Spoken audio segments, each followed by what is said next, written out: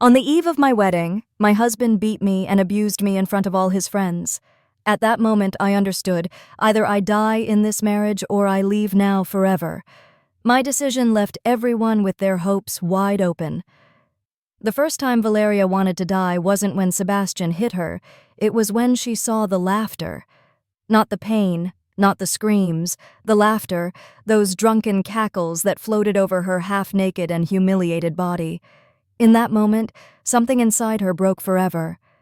Valeria Mendoza was 24 years old and had the gaze of someone who had seen too much for her age. Her skin, tanned by the sun of the shadeless neighborhoods, her firm hands, from caring for others since she was a child, her serene voice, although laced with an inexplicable melancholy, made anyone mistake her for an older woman. But it wasn't age that had made her that way, it was life. And life for Valeria was never easy. Her world was built on the margins of a city that only remembered the poor during elections. He lived with his mother, Teresa, an emotionally ill woman trapped in a constant state of anxiety, marked by the beatings of her husband, Eusebio, and by silences that lasted for years. He also lived with his brother, Matteo, barely 13 years old, who since he was 9 had suffered from chronic kidney failure that kept him halfway between childhood and death. Valeria had given up her own dreams to take care of them both. She'd been working in a bakery since she was 15. She studied at night and secretly dreamed of going far, far away, where no one would yell at her to be quiet, where her body wouldn't tremble every time a door slammed shut. Her life had no room for fairy tales, until Sebastian appeared. He was charismatic, confident, walked as if the world belonged to him, and spoke with a sweetness that seemed genuine. The owner of several businesses, he had come to the neighborhood with a social aid campaign, funding schools, donating food, and taking selfies with poor children. Everyone adored him. But Valeria heard him. "Utu, you don't belong here," she said the first time they spoke. "You were born to spend your life cleaning display cases and enduring misery." That phrase was like a key, the key that opened the cage. Sebastian took her out of the bakery, filled her with promises, bought her clothes, took her to restaurants where the napkins were cloth and the plates didn't have chipped edges. He told her about Paris, about living in a house by the sea, about a ring that shone brighter than the neighborhood lights. And Valeria, for the first time, believed someone could see beyond her story. Teresa was suspicious at first.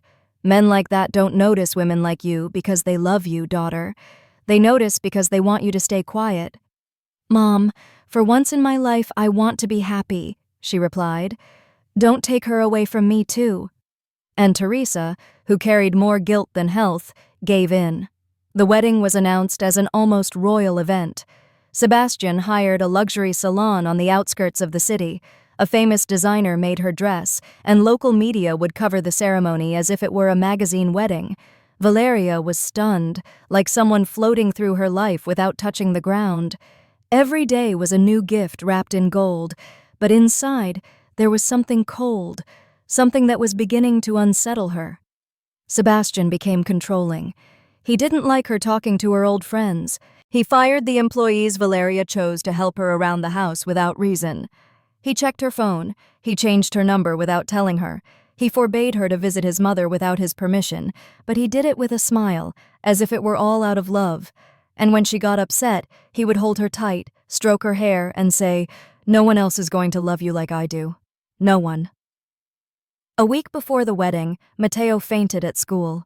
Valeria rushed to the hospital, still dressed in her wedding dress fitting room. The doctor was clear. She needed a transplant. Her kidney function was already failing. She couldn't wait any longer. Valeria felt like her world was falling apart. She clung to her brother's stretcher as he barely opened his eyes. "You promised not to cry." "Okay," Matteo whispered. "You're like a dream." "Don't cry. I'm going to shut down." Sebastian didn't go to the hospital. He sent flowers and a private nurse.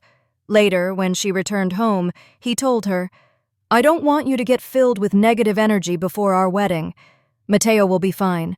Leave that to the doctors. He's my brother, and I'm your future husband.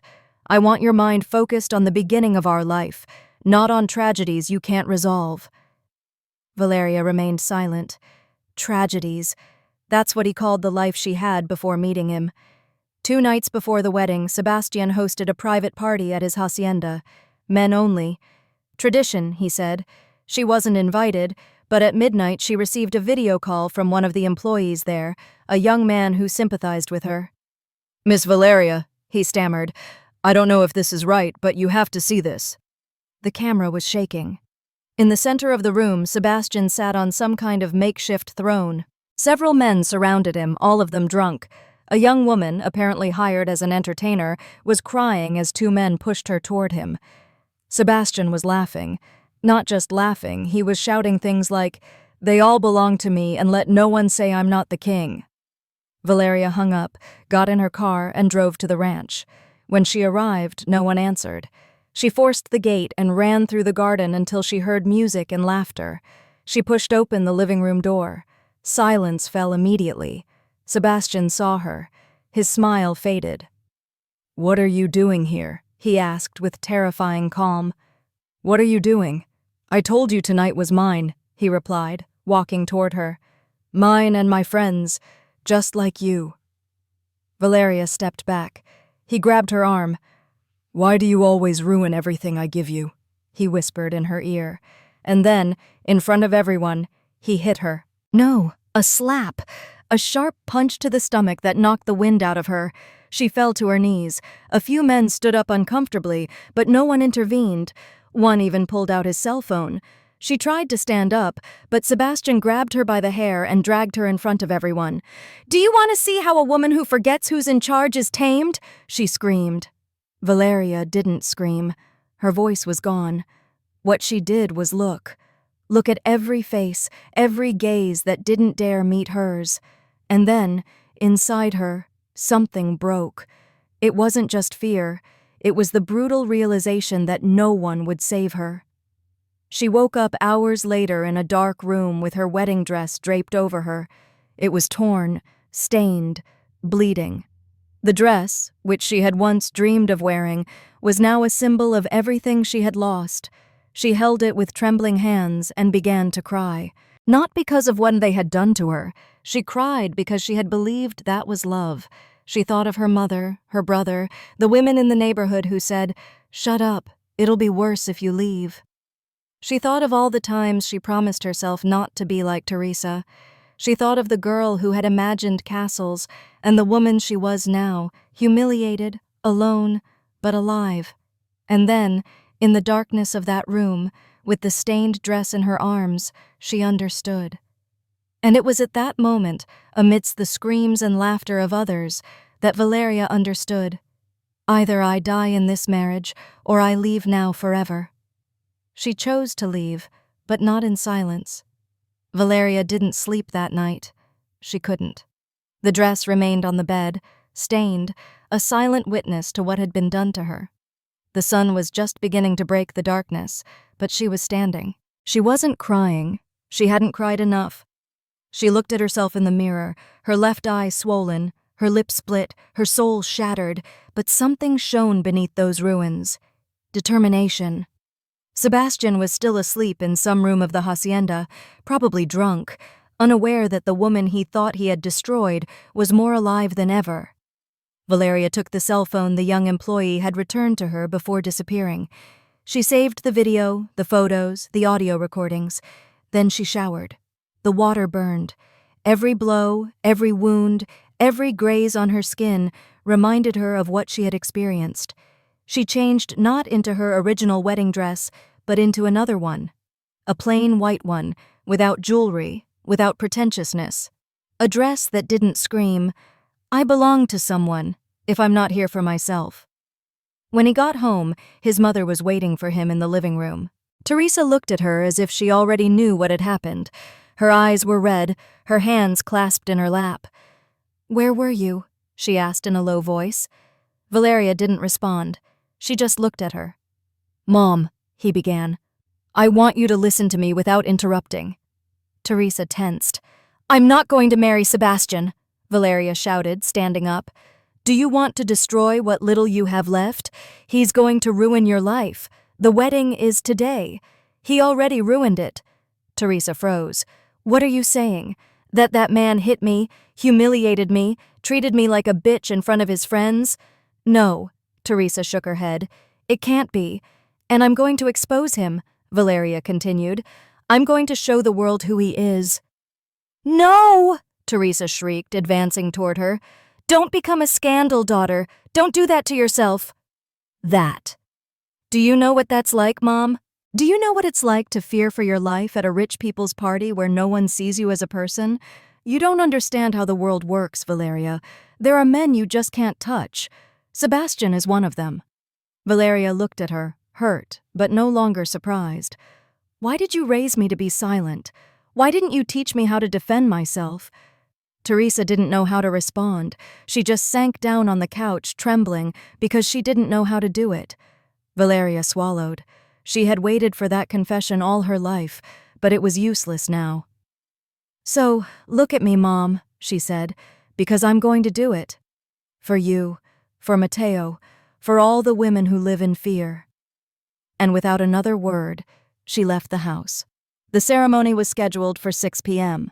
Around the hall, a property surrounded by luxurious gardens and guards with headsets, gathered politicians, businessmen, artists, journalists, all invited by Sebastian.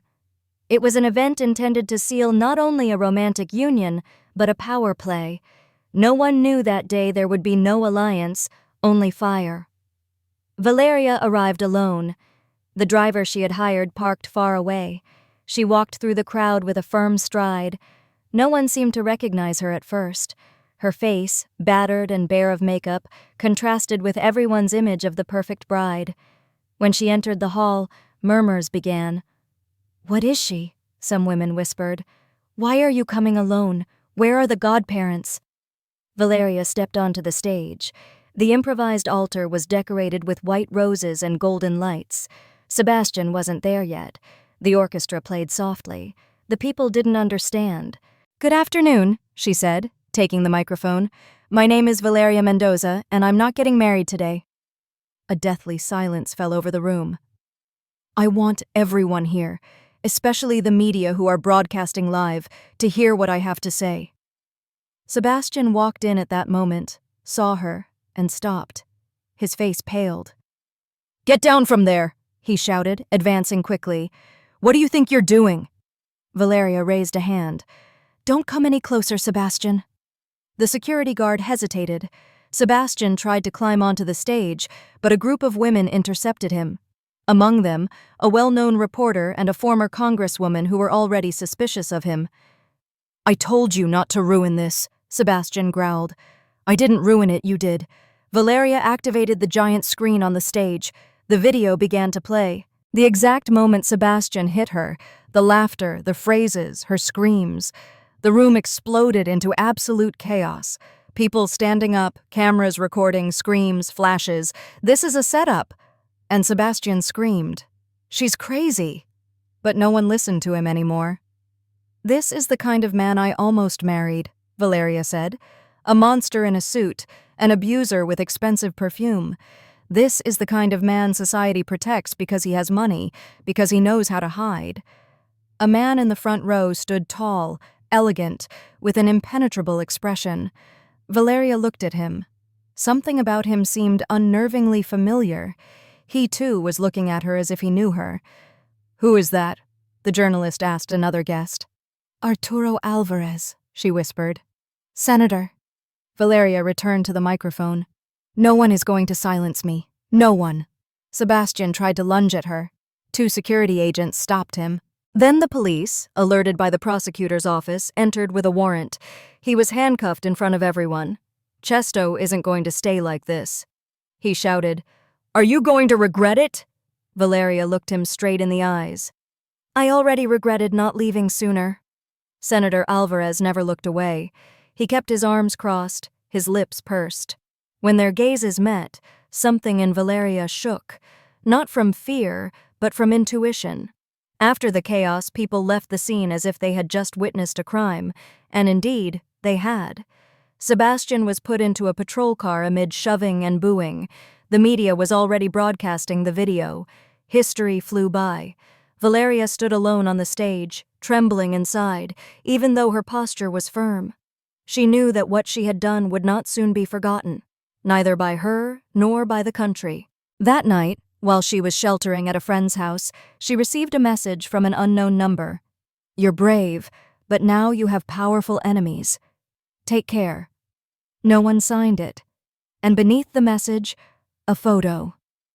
It was Teresa, her mother, hugging Senator Arturo Alvarez years ago. Valeria's heart stopped for a second. The news had reached the media in minutes, but what no one knew was that this scandal was just beginning. Valeria hadn't slept in 3 days. Her body was beginning to feel heavy, but her mind remained on a kind of perpetual alert, as if trapped in an emotional minefield. Every time she closed her eyes, she heard the screams, the laughter, the rustling of her torn dress, and Sebastian's words repeated like a cursed echo, "They all belong to me." Ever since she exposed Sebastian to the powerful, her name had been circulating non-stop. She was trending on social media. On television programs, analysts called her brave, revolutionary, dangerous. In her neighborhood, some celebrated her, but others whispered behind closed doors, fearful that her words would provoke retaliation. Valeria knew this was going to happen. What she didn't expect was the message, that photograph. Her mother, much younger in black and white, was hugging a man she now found impossible to ignore. Arturo Alvarez, the same senator who had been at her wedding, the same one who had looked at her as if he already knew her. For hours she contemplated that image. There was a slight tremor in his jaw, his fingers stiff. He couldn't ignore the resemblance. The eyes, the chin, the posture. It was possible. And why hadn't his mother ever said anything to him? He couldn't stand it any longer. That morning, Valeria returned home. She opened the door forcefully. She found her sitting as always in the old armchair, her hands crossed, her gaze dull. Teresa barely looked up. There was something in her expression that seemed to have been there for centuries. Guilt. "What's true?" Valeria asked bluntly. Teresa said nothing. "Tell me that photo is a montage, that it's not him." Silence. Valeria threw the image onto the table. Teresa looked at her and slowly closed her eyes, as if the weight of her years had suddenly fallen on her shoulders. "You knew," Valeria said. "You knew all this time?" Teresa swallowed. "I didn't know how to tell you. How could you hide something like that from me? That man is a senator. He testified at my wedding. He looked at me as if I were a product he'd left on the market." Teresa shuddered. "It wasn't like that. You don't understand." "Then explain it to me," Valeria demanded. "Because I'm about to go crazy." Teresa got up with difficulty and disappeared into her room. She returned minutes later with a dusty old wooden box. She placed it on the table. "There's your whole story." Valeria opened the box. There were letters, newspaper clippings, photos, a notebook with yellowed pages. He began to read. The first pages of the notebook were his mother's personal diaries, written in shaky handwriting and short sentences. "The senator was young. He met me when I was working as a waitress at a party event. He saw me, smiled at me, and asked me to wait for him outside. I was naive. I was barely 20 years old." Valeria continued reading silently. In the following pages, her mother recounted how Arturo had seduced her with promises of lifting her out of poverty. He bought her an apartment and paid her expenses, but everything changed when she became pregnant. He walked away. He ordered help, but only to keep her silent. A lawyer brought her an envelope with money and a threat. "If you talk, you and the baby will disappear." Valeria felt nauseous. "And you accepted it?" "I had nowhere else to go," Teresa replied with tears in her eyes. "Eusebio appeared at that moment. He married me knowing you weren't his daughter. He threw it in my face every chance he got." Valeria clutched her head. "And you never thought I had the right to know?" "I wanted to protect you," Teresa whispered, "protecting myself by letting myself grow up with a man who hated me. I did the best I could. Mom, you did it out of fear. Just like with Sebastian, you always kept quiet, always lowered your head, and now I'm paying the price." Teresa didn't respond. Tears fell uncontrollably. Valeria didn't move. Anger and sadness warred inside her like two hungry logos. That same afternoon, Valeria received a call from Mateo's school.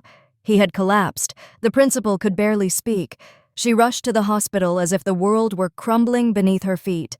Mateo was in the emergency room, pale, drained of color. The doctor greeted her with a grave expression. "He's in acute kidney injury. He needs to be hospitalized immediately. He's at risk of multiple organ failure. He needs a transplant, and fast." Valeria sat by her brother's bed.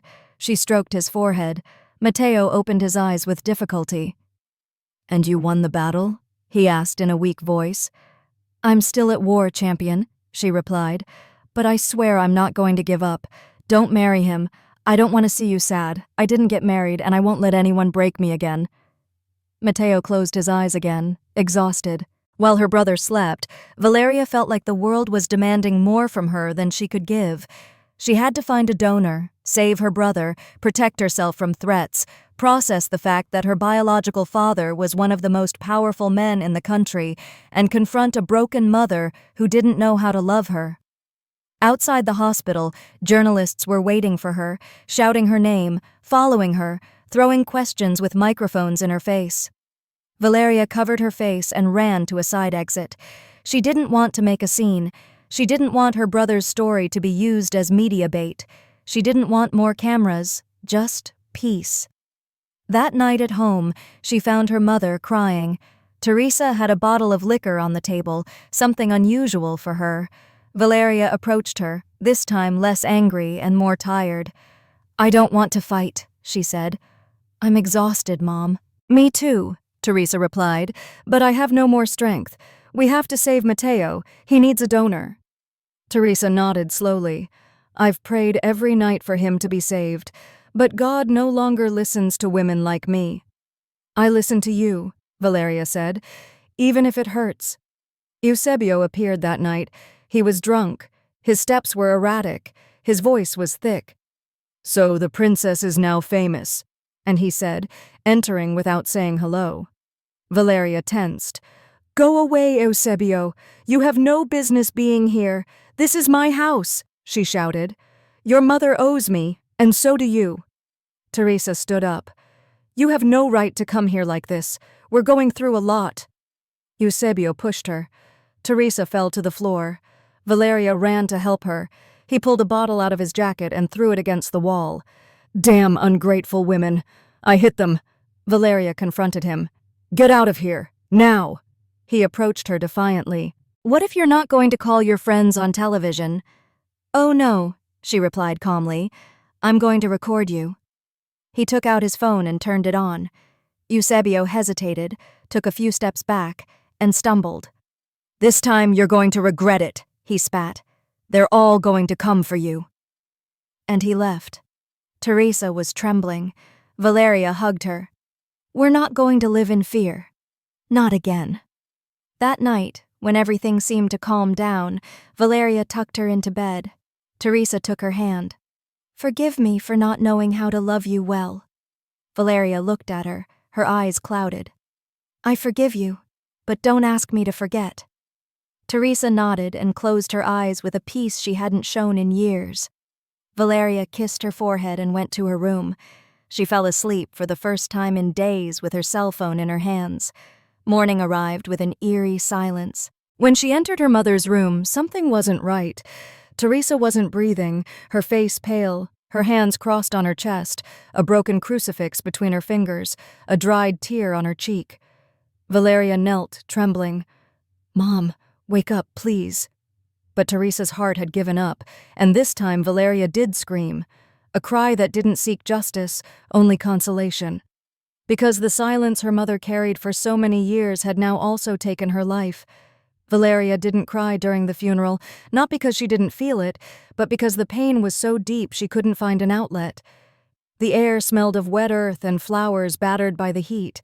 The coffin was lowered with excruciating slowness, while two men in uniform indifferently moved the earth. There was no music, no speeches, just a brother-in-law of neighbors who barely dared to look up. Eusebio didn't appear, and Valeria was grateful for that. Matteo wasn't there. He remained hospitalized, weakening every day, struggling amid tubes and monitors. She had gone alone. There was no mass, no priest, only the gravedigger's voice murmuring, "Here you go," and the hollow sound of the earth hitting the wooden box.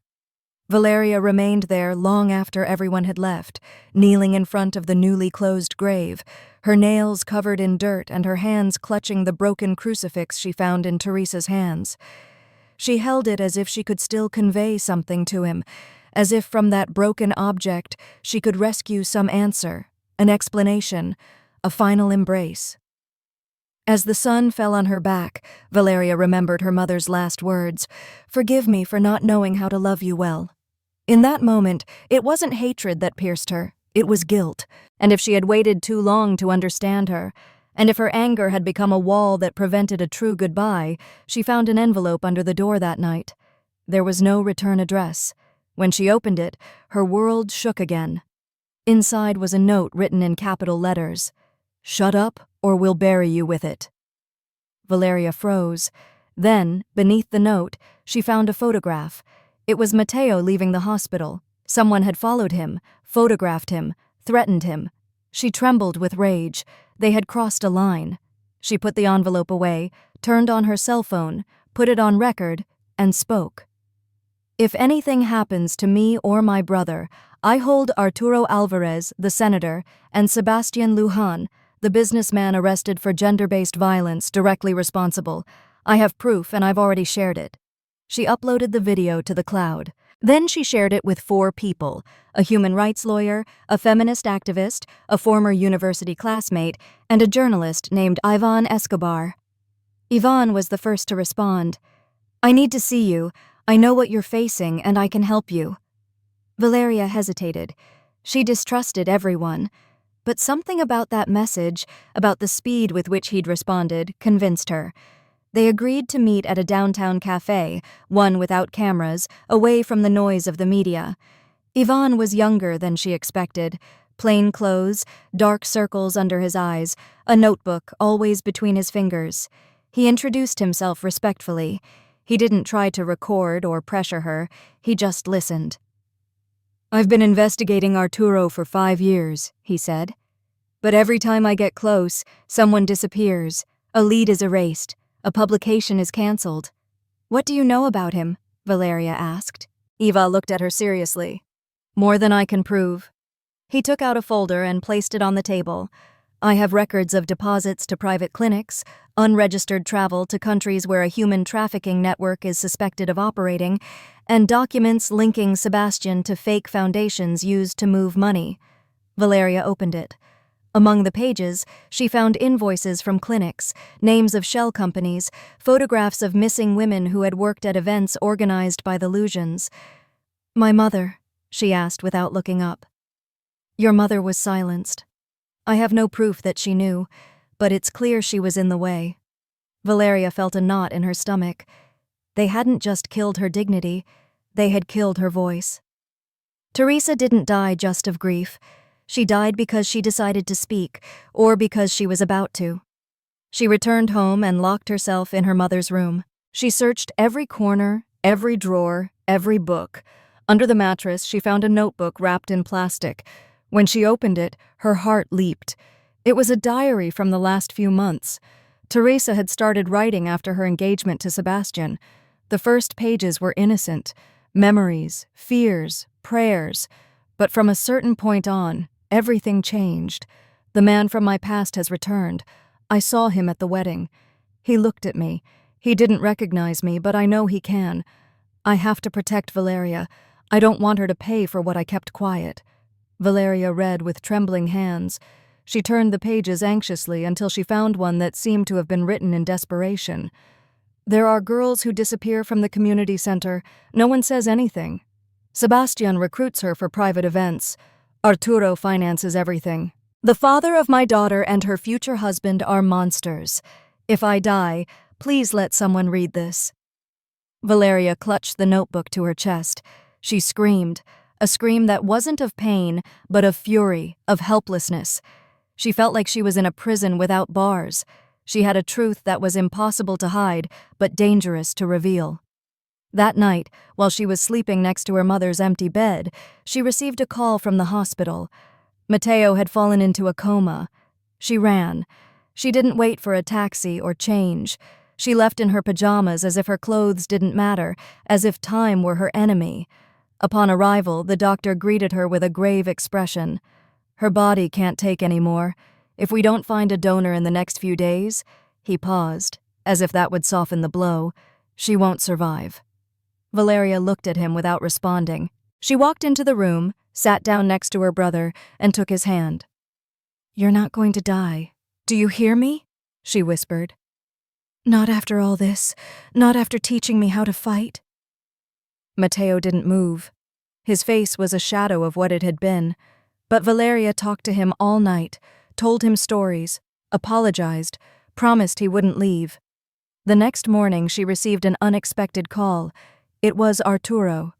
The voice on the other end was soft, calculated, almost paternal. "Valeria, I found out about your mother and Matteo. I'm so sorry for everything you're going through." She didn't respond. "Please listen to me. I don't want to fight with you. I don't want to see you suffer. I know you're angry and you're right to be, but I want to help you." "In exchange for what?" she asked. "In exchange for nothing.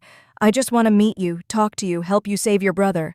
There are ways, there are resources. I know hospitals where they could speed up the transplant." Valeria gritted her teeth.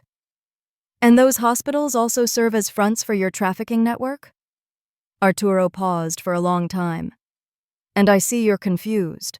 They're filling your head with things you don't understand. I don't need to understand everything to know that my mother feared you. She never understood me. She was a fragile, wounded woman." "Don't say his name," Valeria interrupted. "Don't you dare justify yourself." Arturo changed his tone. "If you keep this up, you're going to lose everything. You've already lost your mother. Do you want to lose your brother too?" Valeria hung up. The pressure on her increased every day. Anonymous messages, surveillance, strange calls. But now she had something stronger than fear. She had a mission. She went to see Ivan. She handed him Teresa's notebook. "We're going to publish everything," she said. "We're going to make the country know who they really are." Ivan nodded. "But you have to know something. If you do this, there's no turning back. You'll never be able to live in peace again." Valeria took a deep breath. "My mother died for keeping quiet. I'm not going to do that." That same night, they recorded a testimony. Valeria, in front of the camera, with a firm voice and a burning gaze, recounted everything from Sebastian's abuse to the connections between Arturo and Eusebio, and the disappearance of girls in vulnerable neighborhoods. The video was edited and prepared for release the next day. Before publishing it, Valeria went to the cemetery, knelt before her mother's grave, and with a lit candle between her fingers whispered, "I'm not going to die like you. I'm going to live to break everything that broke you." And her own war began. Valeria left the cemetery with cold hands, but her blood boiling. She had a notebook with names, dates, numbers. She had a story that no one wanted to tell and a pain that society had learned to look askance at, but she wasn't willing to let silence bury her too. Eva waited in the clandestine newsroom of an international digital portal. It wasn't an elegant building or a modern office. It was an old house with cables crisscrossing the ceilings, papers everywhere, and a coffee maker that never stopped working. But it was the only place where the truth wasn't negotiable. She entered and handed him the last piece, Teresa's notebook. "Are you sure?" Ivan asked, flipping through the pages. "This information could end the career of half the Congress. I don't care about anyone's career. I want justice." He looked at her with a respect that deepened every day. "We're going to publish it, but not here. We'll do it through an alliance with foreign journalists. If we launch it from within, they'll delete it in minutes. And if they delete me too, then the world will know who told you to shut up." For the next 48 hours, they worked non-stop. They cross-referenced data, verified documents, interviewed protected witnesses who had worked for foundations funded by Arturo Alvarez, Stories of girls taken to retreats, of women who disappeared after private events, of illegal clinics where forced abortions and organ trafficking were performed. Valeria didn't sleep, barely ate. Each page she turned was a nail in the grave of her innocence, but also a brick in the wall she was building to protect those who would come after her. The report was published on a Friday morning in several languages, with her face on the front page and a headline that took social media by storm. The Bride Who Didn't Fall: Valeria Mendoza's Testimony and the Secrets of Power. In less than 3 hours, the video of her testimony had reached 5 million views. The comments were full of everything: support, hate, threats, confessions from other women. What had begun as an individual complaint had become a collective outcry, but the monster also awoke. That same afternoon, Sebastian was released on bail. A judge, either bought off or intimidated, had argued a lack of conclusive physical evidence and a possible media motive on the part of the victim. He left the prison wearing dark glasses and a crooked smile. Hours later, Valeria disappeared. She was leaving the hospital where Matteo was still in a coma when a black car intercepted her. There were no screams, just 2 well-dressed men wearing gloves. They forcefully lifted her up. They covered her head and took her through streets she couldn't recognize. They threw her into a windowless room. There he was, Sebastian, thinner, but with the same arrogance. "Did you think I was going to stand by and watch you destroy my life?" Valeria didn't answer. She just looked at him with such pure contempt that it disarmed him for a moment. "This is all your fault," he continued.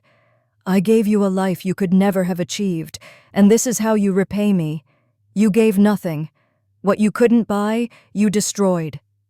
Sebastian approached, caressed her face with his fingertips. She didn't move. "I thought you would love me, that you would understand that love sometimes hurts. That wasn't love. That was power disguised as a ring." He smiled. "It's a shame you don't understand, because now no one will be able to help you." At that moment, the door burst open. Ivan, his face bloodied and holding a bat, entered with another journalist who had been tracking him using GPS. Chaos ensued. Sebastian tried to escape. One of the men struggled with Ivan. Shots rang out. No one died, but the police arrived minutes later, alerted by an anonymous call. Sebastian was arrested again, this time for aggravated kidnapping, but Valeria no longer felt safe. The system didn't protect those who spoke out. That night, at Ivan's house, while he treated a bruise on her eyebrow, Valeria felt for the first time that her body no longer trembled when someone touched her. "You don't have to stay," he said quietly. "But if you decide to do it, this place is yours." She looked at him. She wanted to hold him, to trust, to feel that love was still possible, but the pain had left such deep scars that she couldn't fully surrender. "I want to be with you," she whispered, "but I can't promise I'll heal soon. I'm not asking that, just that you don't leave." And he didn't leave. Days passed. Matteo remained in a coma. The threats increased. The scandal grew. Arturo Alvarez remained silent, sheltered behind prepared statements and conferences full of euphemisms. One morning, Valeria received a call from the hospital. "We have a compatible donor." Her heart skipped a beat. "Who is it?" A confidential donation, but it came from a private clinic managed directly by Senator Alvarez's office. Valeria hung up and went to the hospital. She entered the room, her heart pounding. Matteo was still there, pale, untouchable. She took his hand and spoke to him gently. "They're going to operate on you, little brother. You're going to live. But there's something I have to do first." Hours later, she showed up at the senator's office, this time without fear. Arturo greeted her with a glass in his hand, surrounded by paintings and carved wooden shelves. "I knew you'd come. Why are you doing this?" she asked. "Because I don't want to lose my daughter." Valeria froze. "You were never my father. You were just a badly kept secret. I'm the only one who can save Matteo. You know that. That transplant isn't a coincidence. I arranged it and I can cancel it if necessary. What do you want? Arturo leaned forward. Silence. Delete the videos. Withdraw the complaints. Make a public statement saying you were manipulated by the media. I'll take care of the rest. Valeria stood up. If I don't, your brother will die. She looked at him without tears, without anger, only with a dignity that disarmed him. I'd rather see my brother die standing up than live on our knees. And she left, leaving the door open. Arturo was left alone with the glass in his hand and the threat of collapse about to devour him. The clock kept ticking. Mateo's operation was scheduled for the next few hours. No one knew if Arturo would carry out his threat, but Valeria wasn't willing to back down because if she did, she would be burying not only her mother, but all the women who had been silenced. The clock struck 5 p.m. The operating room lights came on. Valeria closed her eyes and said softly, "Hold on, Mateo, because the hell you gave me, I'm going to turn into fire to burn you all." Valeria's words hung in the air like a promise, like an irreversible sentence. She sat alone outside the operating room, her forehead against the cold wall of the hallway, while the hospital clock seemed to tick slower than ever. She hadn't heard anything in over an hour. No one looked at her. No one dared to interrupt her. Her body was trembling, but not from fear. It was anger, a raw, suppressed rage that grew with every breath. She knew Mateo's fate was no longer in the hands of the senator or any politician. There was an anonymous donor. Someone had intervened. No, Arturo, not after that threat. Someone else. Someone brave. Valeria's phone vibrated in her pocket. It was Ivan. "We need to talk. It's urgent," she said, her voice breaking. "Something big is about to explode. Mateo is in surgery. I can't get out of here. So, listen, I just received a leak from an international NGO. They're collaborating with Interpol. A coordinated operation was launched to raid several foundations, clinics, and events linked to child trafficking networks. And it's not just any network, it's the one behind Arturo and Sebastian." Valeria gripped the phone tightly. "They knew all along. They knew part of it, but your public denunciation and your mother's notebook were the key. You're about to overturn an entire system. And what about Arturo? He's under surveillance, but he still has political protection. He's going to try to leave the country. Most likely, he'll use his diplomatic immunity to flee by land or through a military airport." "Stop him, Ivan. I'm working on it," she replied, but her voice sounded uneasy. "And is there something else? Sebastian isn't going to get out of prison alive. They want to silence him." Before Valeria could answer, a nurse came out of the operating room. "Miss Mendoza, your brother is stable. The operation was successful." Valeria let out a sigh that tore at her chest. For the first time in days, she felt she could breathe without pain. She entered the room where Mateo was sleeping, her face calmer than it had been in weeks. She took his hand and spoke softly. "I promised you. You're here. You're going to live, but I need you to wake up. I still need you to end this." Hours later, video of the international operation began circulating across all media outlets. Helicopters hovering over charitable foundations, federal prosecutors entering private clinics with arrest warrants, women being rescued from basements disguised as shelters. The images were brutal. The faces appearing on the screen were familiar. Businessmen, public officials, and entertainment figures. The entire country was under siege. Arturo Alvarez, in a desperate attempt to escape, boarded a private plane in a military hangar. Live cameras captured the exact moment he was intercepted by federal agents before takeoff. He was dressed in black, without a tie, and although he tried to maintain his composure, the sweat on his forehead and the rigidity of his jaw betrayed him. She didn't say a word, didn't look at anyone. Valeria watched everything from the hospital television with Mateo asleep beside her. A nurse walked in with a smile. "That's you, isn't it?" asked the girl in the video, the one who dared. Valeria nodded, not knowing how to respond. "My cousin disappeared 3 years ago. She was 15. We never knew what happened. Until now. Thank you for not keeping quiet." Valeria felt something break inside. It wasn't pain. It was the emotional burden of knowing that her story wasn't just hers. It was that of thousands. Hours later, Ivan called her again. His voice was tense. "They're following me. I don't know how many there are. I've felt watched since yesterday, but now they're close. If anything happens to me, it's all in the folder I gave you, in the metal box. Hide it well. Distribute it and I'll disappear. Don't say that. Where are you? I'm going to the station. I'm going to present the final report tonight. They can't stop everything. Not anymore. Valeria sensed something wasn't right. That night, while Ivan was broadcasting his most damning report live, a bomb exploded in the station's parking lot. The shockwave shook the entire building. The fire spread rapidly. Screams, smoke, sirens. Ivan survived, but Valeria barely made it to the hospital in the midst of the chaos. She found him in intensive care. His face was burned, his torso bandaged. He had lost the use of his legs. The explosion had shattered his spine. "Don't cry," he murmured with difficulty. "They can't stop us now. It's too late for them. I promise you they'll pay for this," Valeria said, her eyes filled with fury. "Not just for you, for every body buried, for every life stolen." The news soon confirmed that the attack was targeted. The goal was to silence him, to silence her. But they failed. The evidence was now in international hands. The names had been handed over to human rights organizations. It was no longer a battle of one woman against two men. It was a global battle against an entire system rotten to the core. Sebastian never lived to see the dawn of the next day. He was found dead in his cell. The forensic report indicated suicide. There were cuts on his wrists, but the body showed signs of a struggle. Scratches, a broken tooth. No one believed the official version. Valeria was called to testify. She walked through the halls of the prosecutor's office with her head held high.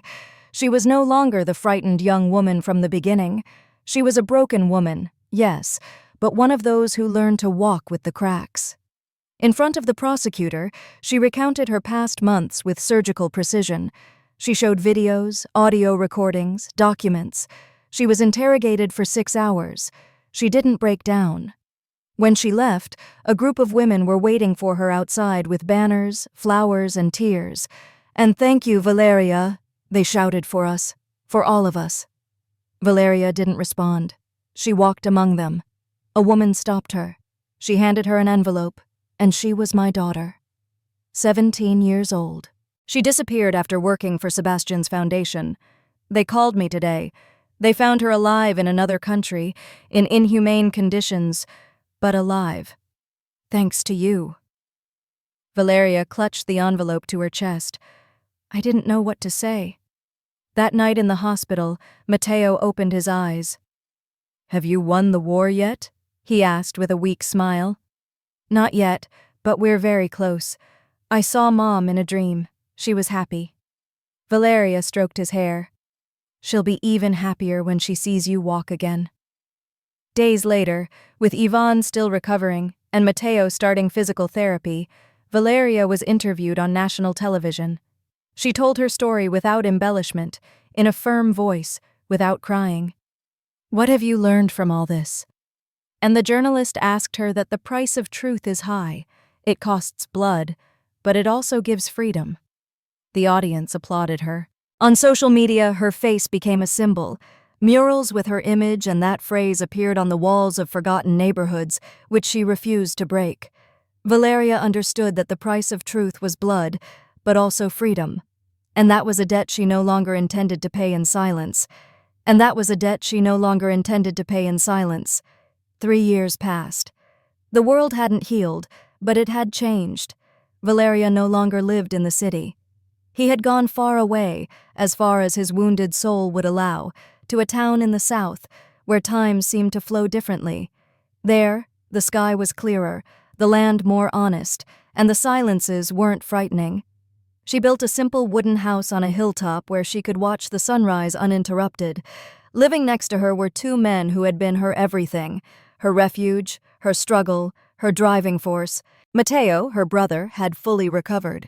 He had survived the operation, the therapies, the past. Now he was studying medicine. He wanted to heal bodies the way others had helped him heal his own. He woke up early with his books open and his hands full, but he always found time to sit with Valeria and share a cup of coffee in the evening. "Do you realize?" he said to her one afternoon, smiling. "They wanted to bury us, but we were seeds." Valeria laughed. She couldn't always do it, but with him she could. Ivan had managed to walk again with the help of a prosthesis. The attack had left him marked forever, but not broken. The wheelchair was a stage. He learned to walk through pain, to write with the same intensity with which he bled. He became an author and journalist, no longer because he said journalism had become too fragile for the truths he carried. She published a book, one that changed everything. It was called The Bride Who Said, no, it wasn't a novel, it was a testimony. A raw, heartbreaking, and deeply human journey through Valeria's story. She didn't glamorize it, she didn't romanticize it. She showed her as the girl who believed in stories, the woman who was betrayed, the sister who didn't give up, the victim who became a voice. The book was translated into 9 languages, adapted into a documentary, won awards, and most importantly, saved lives. Thousands of women began writing to her, to Valeria, letters, emails, messages. Some signed with their real names, others used initials, some didn't sign anything at all, just wrote. I was silenced too, but now I want to speak out. Thanks to you, I had the courage to speak out. I don't know how to heal, but at least I don't feel alone anymore. Valeria responded to every message. Over time, each one came to understand that what she had experienced couldn't die with her. That's how the foundation was born. She named it Voz Viva in honor of Teresa Mendoza, her mother, the woman who didn't know how to protect her, but who left enough traces for Valeria to learn to protect others. Voz Viva opened its first office in an abandoned house they restored with the help of women from the village. It was bare bones. It had beds, workshops, a communal kitchen, and a circular room where every week women sat to talk, to cry, to shout, to start over. Not all of them arrived due to violence. Some were fleeing abandonment, others from themselves. Some didn't even know why they were there, but they all shared something, the urgent need to be heard. Valeria didn't give them answers. She gave them time. Every month they organized open meetings. Women from different places traveled to attend.